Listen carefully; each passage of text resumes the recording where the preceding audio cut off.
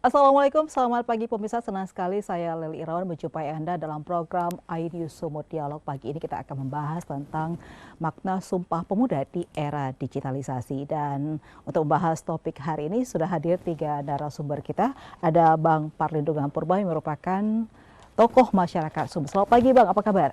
Pagi, Mbak Leli. Sudah lama gak ketemu nih ya Bang? Iya. Pastinya sehat selalu ya? Selamat kita sudah dari melalui COVID ya. Ya, oke. Dan selain itu ada juga Ibu Janli yang merupakan Ketua INTI Sumatera Utara. Selamat pagi Bu Janli, apa kabar? Selamat pagi Bu, Iya. baik, sehat.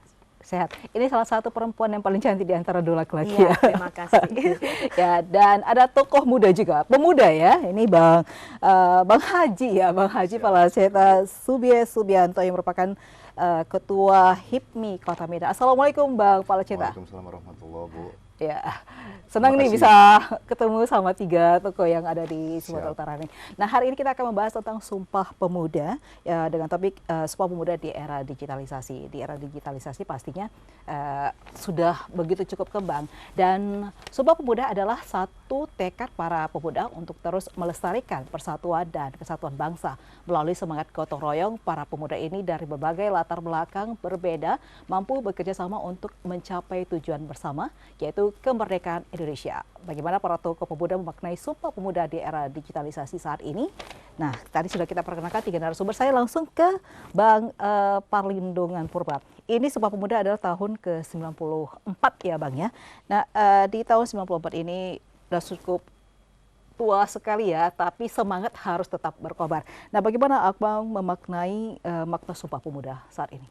Ya, pertama kita harus menyampaikan rasa syukur pada Tuhan Yang Maha Kuasa bahwa kita punya founder-founder pendahulu kita yang mempunyai inisiatif mendeklarasikan Sumpah Pemuda.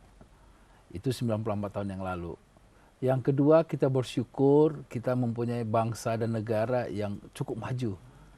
Ya, di bawah kepemimpinan Presiden Jokowi Ma'ruf kan, dan juga dengan presiden-presiden yang terdahulu yang memimpin bangsa dan negara ini. Kita berterima kasih. Kami melihat bahwa apa yang dibuat 94 tahun yang lalu masih relevan dengan tantangan sekarang. Masih relevan dengan Apalagi dikaitkan dengan digitalisasi. Siapa sih sangka dulu orang mau pergi ke suatu tempat, dia bisa cari melalui Google lokasi gitu, Sherlock. Nah, menandakan bahwa memang visioner sekali tuh para pendahulu kita. Persatuan dan kesatuan di tengah penduduk miliaran. Indonesia pada saat itu kan belum 270 juta. Ya. Sekarang sudah 270 juta.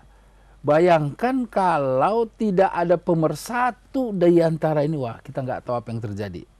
Belum lagi tantangan dari luar, yaitu adanya interaksi-interaksi internasional. Kan pasti suatu saat akan terjadi mengupayakan hegemoni.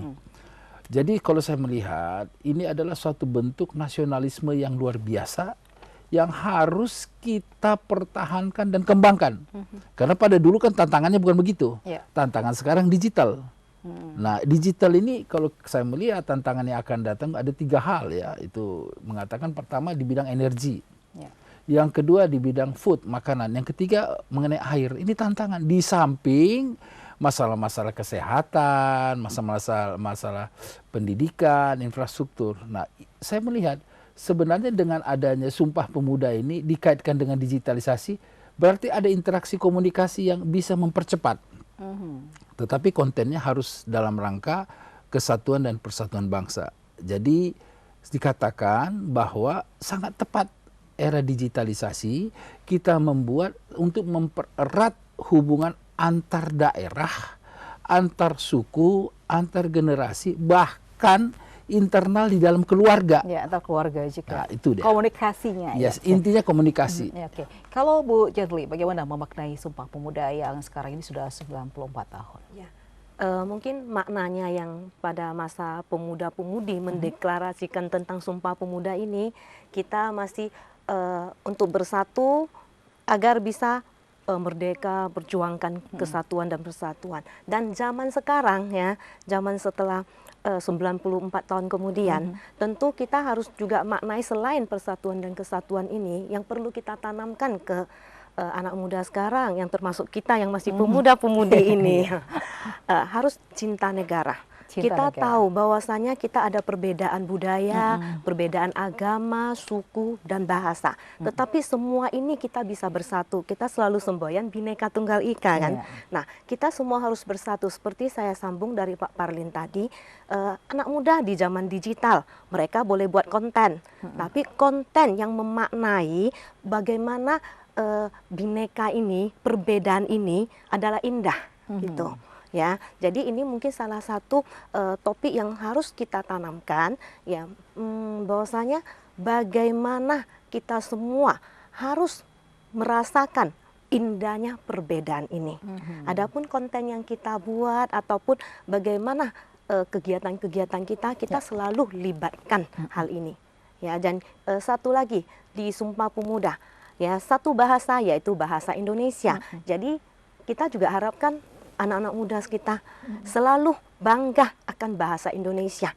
Jadi kalau buat kegiatan, buat acara, tetap ingatlah bahasa utama kita adalah bahasa Indonesia.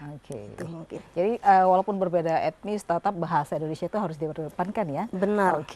Kalau Bang Palaceta, ini sebagai tokoh muda ini ya. Terima kasih Mbak Leli. Ini dua-duanya udah diborong sama ketua-ketua saya ini. Tapi saya ingin menambahkan bahwa Sumpah Pemuda itu saya setuju apa kata Pak Parlin, itu sangat penting pada tahun itu untuk sebagai lem mempersatukan kita yang banyak berbedaan, berbeda-beda tapi satu jua. Di hari ini sih kalau kita, saya kebetulan di HIPMI, kami sangat tersambung dengan Sumpah Pemuda karena berbeda-beda tapi satu jua untuk memajukan Indonesia lewat dunia usaha gitu. Kalau dulu kan untuk kemerdekaan, kalau sekarang sih lebih untuk pemerataan dan mengingatkan generasi yang sekarang bahwa bahwasanya kita ini harus bersatu untuk membangun negara gitu sih maknanya. Banyak ya, artinya cukup luas sebenarnya makna Sumpah Pemuda itu dari segi bahasa, komunikasi. Kalau Bang Palin sebutkan ada integrasi antara tingkat keluarga terkecil dari itu membangun komunikasi. Itu bagaimana menumbuhkan minat Sumpah Pemuda itu di era digitalisasi juga bisa terlibat dengan berbagai teknologi seperti itu. Kalau Bang Palaceta menyebutkan bahwa minat usaha juga menjadi salah satu landasan untuk ya seperti itu. Nah, di era digitalisasi dengan teknologi yang cukup tinggi, kita lihat di berbagai media juga banyak ini kasus kriminal juga menjadi salah satu hal yang masih terus terjadi. Nah, pemuda yang terlibat dalam persoalan kriminal seperti ini, nah apakah mereka kurang memaknai makna dari Sumpah Pemuda ini sendiri atau bagaimana ini? Kalau bertiga menanggapin? Kalau saya rasa bukan masalah, mungkin yang bersangkutan belum pernah baca apa itu Sumpah Pemuda, gitu. Itu sih yang saya tangkap. Kalau dia biasanya, kita jujur Pak, saya ini bilang lahir tahun 80-an ya, yang waktu zaman dulu tuh ada yang namanya PMP, itu masih membekas, kelihatan remeh-temeh, kayak ada pertanyaan dulu, Budi di jalan bertemu nenek-nenek, A, seberangkan, B, jalan langsung, C, sampai akhir. Itu remeh, tapi sebetulnya ini masih mengiang gitu. Terus kita dulu ada upacara tiap mau masuk kelas, itu kelihatan sepele, tapi sebenarnya itu masih mengakar. Terus perbedaan kalau kita lihat itu, orang zaman dulu gimana pun, walaupun dia bisa dibilang beringas, tapi dia tetap respect sama orang tua. Kalau sekarang agak... Ini sekarang ini gagal memaknai Sumpah Pemuda atau bagaimana? Bukan, mungkin kita gini Pak, zaman sudah berubah, tapi memang ini harus terus diingatkan. Dan ini PR kita bersama, gitu. Ini PR bersama. PR bersama lah. Iya, artinya dari rumah. Bagaimana membangun itu supaya menjadi PR bersama. Tidak hanya pemerintah, tapi Enggak juga masyarakat dan keluarga paling utama. Kita akan sambung lagi nanti. Saya akan langsung ke Bu Jenly dan juga Bang Pari. Kita break dulu dan pemirsa tetap bersama kami dalam ID Sumut Dialog sesaat lagi.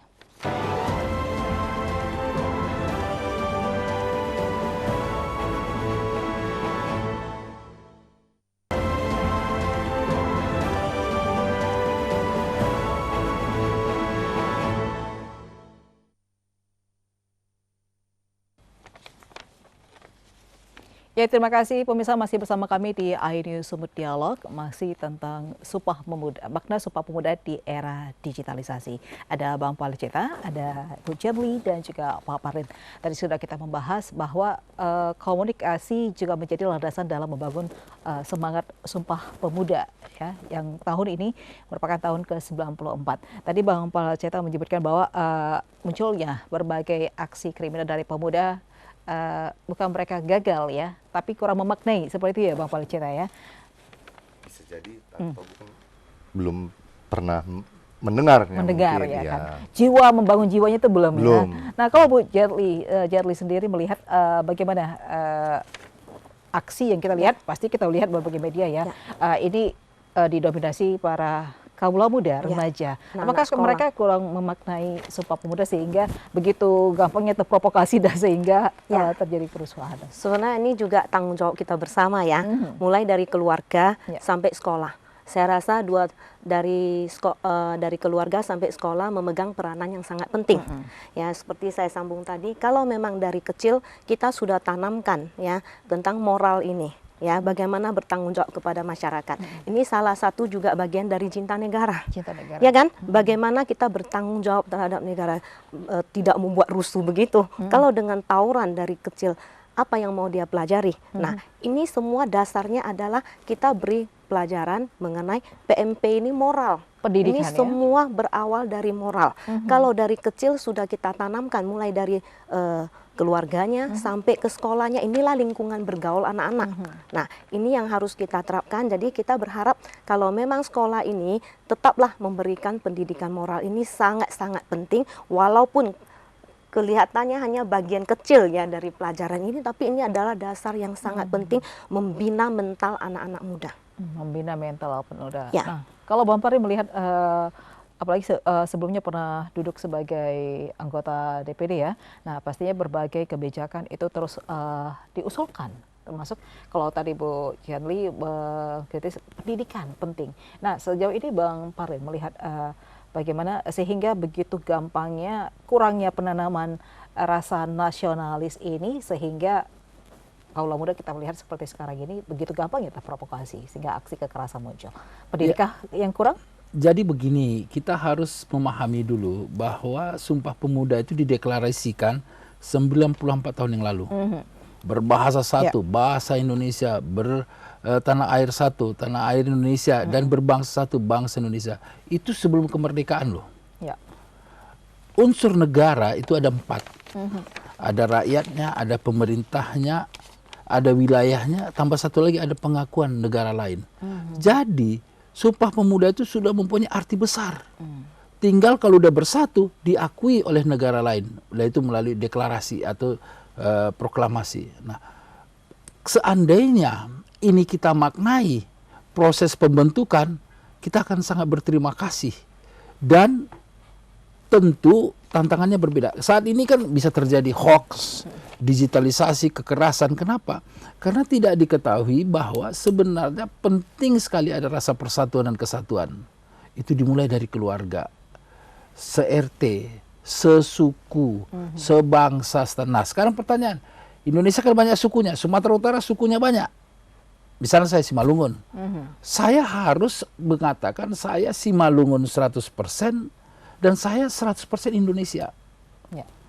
Artinya kalau ini kita sudah memaknai itu, bahwa kita akan menjaga semua tingkah laku kita itu tidak mengganggu. Kan masing-masing suku punya nilai-nilai kearifan lokal yang terus dipegang. Kalau dikatakan ini sudah ada tapi belum terlaksana, inilah tugas kita bersama bagaimana supaya nilai-nilai values ya ini terus ditanamkan dengan generasi muda, khususnya milenial yang hampir dikatakan 60% loh milenial kita ini, dan mereka yang berinteraksi sangat cepat dengan adanya digital. Ya. Nah, sekarang bagaimana nilai-nilai nilai-nilai persatuan kesatuan ini ditanam kepada mereka. Bentuk kekerasan, begal itu bukan nilai persatuan itu. Ya. Bentuk misalnya perkelahian itu bukan. Hoax, memfitnah itu bukan bentuk persatuan kesatuan itu.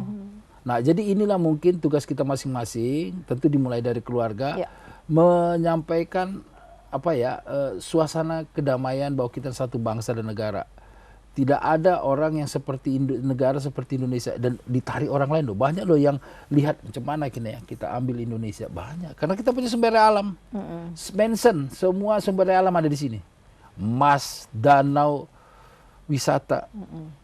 Tapi masalahnya bagaimana supaya, ini masalah kedua ini, bagaimana supaya sumber daya alam ini bisa dinikmati oleh seluruh rakyat Indonesia. Berarti harus ada keadilan, ada kepatuhan hukum, supaya jangan rakyat pun marah. Wah, aku udah ikut memperjuangkan negara tapi bukan saya menikmati. Nah, tetapi kalau ada pun rasa ketidakpuasan, tapi kalau dalam bingkai pemerintahan yang bersih, berwibawa, bermartabat, kalau di Sumatera Utara bermartabat, dirasakan oleh semua orang, maka nilai-nilai itu akan lebih dirasakan. Jadi kalau kita ngomong sama anak-anak milenial, oh ya masuk akal itu bang, gitu.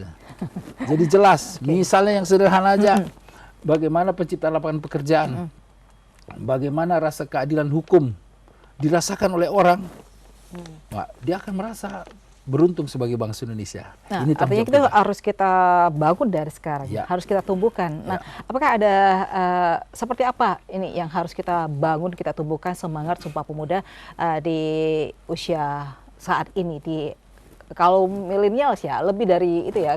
Kalau Bang Palaceta sendiri mungkin kelahiran mewakili ini ya, bisa kelahiran 80 tapi 80-an. Nah, Bang Palaceta sendiri, bagaimana membangun semangat Sumpah Pemuda itu sendiri sehingga kita bisa berbaur dengan berbagai kalangan tanpa harus terprovokasi dengan persoalan-persoalan begal seperti itu ya Bang, itu memecahkan persatuan sebenarnya. Kalau saya percaya dari pendidikan.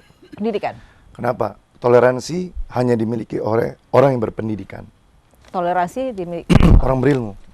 Agak susah kalau kita tidak mempunyai wawasan yang luas untuk bisa menerima toleransi atau apa itu perbedaan. Itu yang saya rasa. Dan saya kebetulan beruntung waktu zaman sekolah dulu itu memang pelajaran PMP itu selalu hampir tiap hari rutin diingatkan terus. Jadi nilai-nilai itu masih ada. Oke.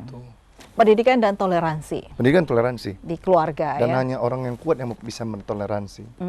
Is the attribute of the strongest. Oke. Nah, sekarang ini sebagai pengusaha muda ya, bagaimana membangun semangat Sumpah Pemuda di kalangan dunia kerja? Ya, kita ya sesuai saja ikuti. Maksudnya gini nih, ketika contoh di dunia kerja ya, kita tidak mendiskriminasi. Gitu ya. Objektif melihat gitu, lihat dari skillnya dibutuhkan, terus kita lihat secara skill ya, gitu itu dan itu kan memang yang dianjurkan oleh pemerintah dari terutama sekarang gitu. Terus apalagi sekarang setiap hari tertentu sudah pakai baju adat masing-masing, itu kan suatu breakthrough yang baik. Jadi pendidikan, toleransi dan tidak diskriminasi itu merupakan suatu ini ya, membangun jiwa semangat Sumpah Pemuda itu. Kalau Bu Jenny sendiri sebagai ketua inti Sumut juga, nah ini dari berbagai ini ya kelompok ya Bu Jenny ya. Nah, bagaimana menumbuhkan semangat itu? Tapi kita tahan dulu, kita break. Nanti kita akan bahas selanjutnya. Dan pemirsa tetap bersama kami di Dialog ID Sumut sesaat lagi.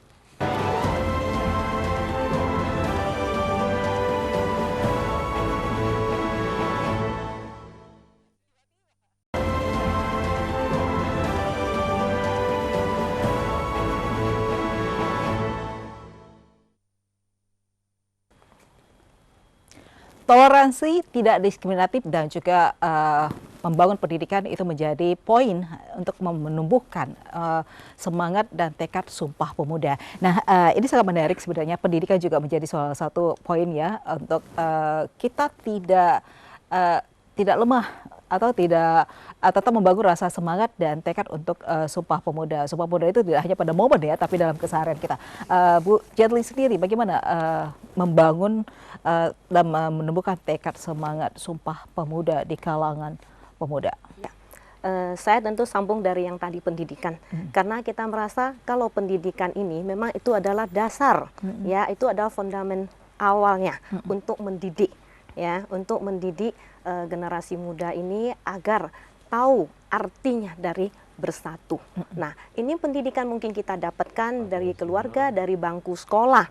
Dan setelah lulus dari bangku sekolah, ya mungkin di masyarakat. Nah, ini kita bina di organisasi. Nah, di dalam organisasi kita, ya termasuk di Perhimpunan Indonesia Tionghoa, kami di dalamnya terdiri dari berbagai suku, ya. Jadi di sini kita bisa mewujudkan bagaimana kita bersahabat, ya, bagaimana kita bersatu sama-sama menghadapi suatu masalah ataupun ada kegiatan apapun kita lakukan bersama, ya, perayaan agama kita lakukan bersama, ataupun ada saudara kita yang tertimpa bencana di mana saja, kita semua bersatu rame-rame pergi. Jadi ini adalah salah satu bentuk juga bagaimana kita melakukan pengabdian di masyarakat dengan berbagai suku, berbagai agama tidak menjadi masalah. Ya, ini salah satu adalah pembinaan saat di masyarakat. Pembinaan di masyarakat dan juga pendidikan. Tapi sebelum ke Bang Arlidugan, kita akan lihat PV berikut ini ya, untuk dengan semangatnya ini juga lah seorang guru honor yang tetap bertahan untuk memberikan pendidikan kepada anak-anak generasi muda agar tanam kependidikan kebersamaan itu terbangun. Namun di tengah, walaupun dia ini ya terus semangat di tengah minimnya gaji, tapi semangat untuk memberikan pendidikan yang layak tetap dilakukan seorang ibu yang ada di Palas. Berikut cuplikan videonya untuk Anda. Inilah Nur Gahara, 34 tahun, guru honorer yang sudah mengabdi selama 10 tahun dan mengajar di Sekolah Dasar Negeri 1305 Sabahotang, Kabupaten Padang Lawas, Sumatera Utara. Namun gaji yang diterimanya jauh dari yang diharapkan. Nur Gahara Hasibuan mulai mengajar sejak tahun 2012 setelah lulus kuliah dengan titel Sarjana Pendidikan hingga sekarang. Bahkan saat jembatan gantung menuju sekolah tempatnya mengajar roboh diterjang banjir, setiap hari dirinya harus menyeberangi sungai mempertaruhkan nyawanya demi bisa sampai mengajar di sekolah. Meski dengan gaji mencapai Rp300.000 per bulannya, inilah Nur Gahara mengaku tetap semangat mengajar di sekolah ini demi mencerdaskan generasi penerus bangsa. Namun dirinya berharap nasibnya mendapat perhatian dari pemerintah Kabupaten Padang Lawas agar bisa diangkat menjadi PNS ataupun kategori P3K. Menurut Kepala Dinas Pendidikan Kabupaten Padang Lawas, Rosidawati Pulungan, dari 224 sekolah negeri yang ada di Padang Lawas, baik SMP maupun SD, guru honorer yang terdaftar mencapai 1.048 orang. Mengingat jumlah guru PNS masih sangat kurang, saat ini Dinas Pendidikan terus berupaya mengusulkan ke Pemkab Palas agar para guru honorer dapat diangkat menjadi pegawai P3K. Agar tetap bisa mengajar dan memenuhi kebutuhan keluarganya, tak jarang guru honorer Nur Gahara Hasibuan setiap harinya harus mencari pekerjaan tambahan usai mengajar di sekolah. Ya, sama-sama kita lihat ya, tadi sempat kita menyinggung masalah pendidikan. Pendidikan jadi poin utama untuk membangun jiwa mental para pemuda, tidak hanya sekarang dan ke depannya seperti itu. Nah, namun di tengah seperti itu mereka harus membangun mental, karakter, attitude dari para pemuda. Guru juga diterpa dengan persoalan seperti itu. Bang Parlin, melihat persoalan itu dikaitkan dengan Sumpah Pemuda saat ini. Jadi saya memberikan apresiasi kepada Ibu Guru Hasibuan ya, guru. Inilah contoh orang yang betul-betul menerapkan istilah, kalau Kennedy mengatakan jangan berpikir apa yang diberikan negara kepada dirimu, tapi apa yang engkau berikan kepada negara. Walaupun gajinya 300.000, dia akan merasa tenang kalau peluangnya ada dan merasa adil. Jadi dalam hal ini, saya pikir ini adalah hal yang baik dan pemerintah sewajarnya, dan saya pikir Kabupaten Palas sudah mempersiapkan ya. Dan kepada pemerintah juga, bukan hanya di level kabupaten, level provinsi, dan level nasional, hendaknya memperhatikan ini. Ya, karena apa? Karena dia akan mau terus berbakti, tapi jangan dia merasa tidak adil. Nah, saya melihat keadilan ya. Nah, keadilan. Nah, jadi oleh sebab itu negara saya pikir wajib memberikan imbalan yang pantas kepada orang yang sudah berbuat kepada bangsa dan negara. Itu nomor satu. Yang kedua, dikaitkan dengan Sumpah Pemuda ini perlu ada keteladanan. Nah, keteladanan sangat penting. Misalnya gotong royong, musyawarah mufakat, Ya, ini kerjasama yang harus kita kembangkan di antara semua state. Jadi kita masih, kalau saya mengingat, ada 5 pentahelix yang harus membudayakan. Yang pertama, pemerintah harus membudayakan tentang Sumpah Pemuda ini. Yang kedua, tokoh-tokoh masyarakat. Yang ketiga, akademisi. Yang keempat, pengusaha. Dan yang kelima, tidak kalah penting adalah media. Pentahelix inilah yang bersama-sama bekerja sama mendorong, memaknai nilai-nilai Sumpah Pemuda, tentu berbasis kepada, kalau kita kepada Pancasila. Nah, jadi saya sangat menarik, saya akan menjumpai nih Bu Hasibuan nih. Kalau Terima kasih. Oke, Bu Jenly, singkat saja mungkin menanggapin persoalan seperti itu. Ya, Ibu Mantul Guru untuk ini pendidikan juga tinggi ya. Yang kita lihat inilah yang namanya pahlawan tanpa tanda jasa. Jadi sebenarnya negara kita masih membutuhkan sangat banyak pahlawan tanpa tanda jasa ini. Ya, karena dari beliau-beliau inilah anak-anak kita bisa belajar banyak. Dan anak-anak yang berpendidikan inilah yang akan membangun negara. Oke. Bang Palaceta, persoalan ini masih terjadi ya. Tadi kalau Bapak Palaceta sempat menyinggung masalah pendidikan juga menjadi poin penting membangun karakter kaula muda. Sementara guru kita lihat masih banyak di daerah. Bagaimana ini? PR kita yang masih tertunda, pemerintah terutama. Tapi saya rasa ini mungkin belum tersentuh saja. Mungkin dengan adanya berita dari iNews, mudah-mudahan berita ini tersambung dengan Palas, pemerintah Palas, dan diperhatikan. Jadi masih banyak, artinya masih banyak PR yang harus diselesaikan pemerintah ya? Saya mencatat bukan gini. Hari ini jauh lebih baik daripada hari dulu. Kenapa? Informasi sudah mulai muncul. Saya yakin dengan adanya ini pasti pemerintah Pemko sana pasti, kabupaten di sana pasti mulai aware dan mulai bisa memperhatikan, lebih cepat dapat informasi ini gitu. Nah, tadi Bang Parlin sempat menyinggung bahwa menumbuhkan semangat pemuda tidak hanya dari media, tapi para di kalangan pengusaha juga tadi. Mungkin bisa disinggung sedikit Bang Palaceta seperti yang diharapkan Bang Parlin. Iya. Kalau sebetulnya kalau pengusaha kan bisa di sana, nanti saya bilang sama HIPMI di sana, tolong diperhatikan Ibu ini bisa disambungkan gitu. Artinya gini kan, semua sudah ada topoksinya. Saya tidak bisa memaksa, oh kamu harus gini. Menumbuhkan semangat Sumpah Pemuda. Menumbuhkan, ya jadi warga Indonesia yang baik, bayar pajak. Kalau kita pengusaha simple, bayar pajak tepat waktu, patuh sama undang-undang, itu. Ya oke, mungkin di closing statement ya, di menit terakhir, apa yang menjadi harapan Bang Palaceta untuk di Sumpah Pemuda tahun ini? Harapan saya, semoga kita semua menjadi bangsa yang lebih besar pada zaman dulu. Bisa lebih besar lagi generasi berikutnya, lebih emas. Seperti nawacita Presiden 2045, generasi Indonesia emas. Oke, Bu Jenly, ya, harapan dan meneruskan harapan makna dari Sumpah Pemuda ini. Mari kita bersatu semua membesarkan, membawa bangsa Indonesia lebih maju. Membawa bangsa Indonesia lebih maju. Ya. Bang Parlin, ya baik. harapan jadi, dan semangat ya mungkin. Saya sepakat dengan Bang Palaceta, Ibu Jenly ya. Tahun depan menurut ramalan ekonomi akan abu-abu. Tapi saya yakin kita akan bisa mengatasi masalah dunia, masalah ekonomi, masalah politik apabila kita bersatu bersama sebagai bangsa, negara, stakeholdernya. Ya, TNI, Polri, pemerintah, legislatif, yudikatif, masyarakat, seperti pentahelix tadi. Kejaksaan, ayo sama-sama kita membangun, memberikan yang terbaik kepada bangsa Indonesia ini. Kita bisa hadapi. Karena Pak Jokowi kan sangat concern masalah ini. Untuk kalangan pemuda, motivasi apa yang bisa mungkin? Untuk kalangan pemuda, jangan narkoba, habis. Jangan Itu narkoba dulu. ya. Kalau sudah sempat, bertobatlah. Mari kita bersama-sama melupakan yang tidak baik, melihat ke depan. Harus optimis selalu. Optimis ya. Oke, terima kasih Bang Parlin, Bu Jenly dan juga Bang Palaceta. Mudah-mudahan yang kita bahas di dialog hari ini bisa menjadi motivasi dan wawasan bagi masyarakat, terutama kalangan pemuda. Dan terima kasih sekali lagi. Dan pemirsa, saya Lili Irawan, segenap kru yang bertugas mengucapkan terima kasih atas perhatian Anda. Selamat pagi, sampai jumpa. Wassalamualaikum warahmatullahi wabarakatuh. Salam merdeka juga ya. Merdeka ini.